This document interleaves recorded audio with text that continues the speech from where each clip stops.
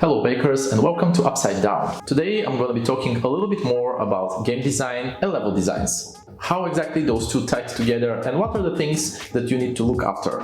As you can see, today I'm going to be filming from my kitchen because at the moment we are moving with our family and relocating to the UK.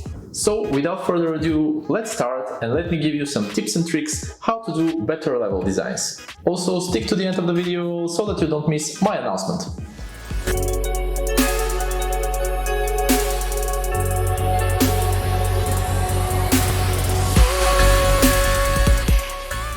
First thing which is important for us to look after is lines. We could be using a horizontal lines or vertical lines, either to guide our player where exactly they need to go, or to mark obstacles and areas which the players should not go there. Similar to how markings on the road work to guide people that are driving where exactly they need to drive and what is allowed or not allowed, in the same way we can be making lines in our level designs to guide the player where they should go or not to go, and also where to focus their attention.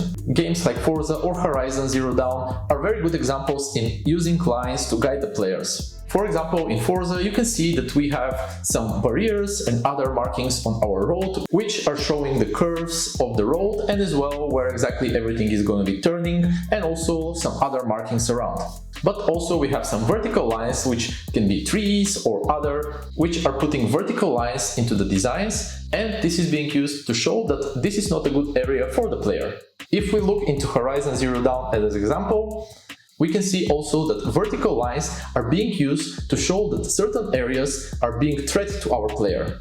Either those are some spikes or some other things which are either blocking the way or just marking that this area is not going to be very friendly for us. Talking about things that are not going to be very friendly to our player brings me to our second point, and this is shapes. Shapes are also very important for our game and level designs because it can give a different feeling for the current area that we are in. Round and more smooth shapes are more suitable for making more calm, which are friendly and also don't have any danger for the character, because smooth and round shapes gives the feeling of safety. On the other hand, more spiky shapes give the feeling of threat. This is why, for example, if we want to make something look dangerous, we can easily put some spikes or some more harsh shapes there, and it will immediately alert the players that this area is not going to be very friendly. Shape and shape language is a very important part as well for making our areas memorable, because if we have very easy to read and recognize shapes, this will be embedded to our player's brain and they will be quickly recognizing those shapes after that later in the game.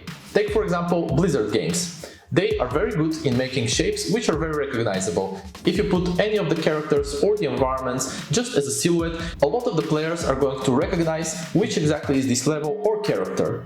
And the third point that I wanted to talk about is verticality. When we are creating our designs, we need to think not only about how they are going to be spread horizontally, but also vertically. Having verticality into your level designs and also using the environment in a clever way makes a very interesting level for the player. Also, it gives a lot of freedom for the art team, because working on areas which are not just flat is much easier and fun, and also there are a lot more things and props that can be put there to make it a lot more interesting. If you keep in mind those three things when you're designing your levels, it will immediately improve the results. Now let me go a little bit off topic and tell you about something that I've been working in the last months. In the description below you can find a link to my second channel, Tech Art. There I'm going to be making reviews about new hardware and also how that hardware can help artists build better levels or create nicer environments. There I'm going to be covering a lot of things, for example about 360 cameras, how we can use them, how we can make HDRIs for rendering or to use them in our games. Also how to capture different data from real life and after that use it for our projects. So check the link below and subscribe to the channel so that you can follow also the hardware side of being an artist. The Upside Down channel is going to be covering the software part and how after that we are going to edit all the data that we got from all the hardware that we have. In our second part for game design, I'm going to show you how exactly to implement all the things that we talked today. Also, we are going to be covering a little bit more about backtracking and how to make interesting designs.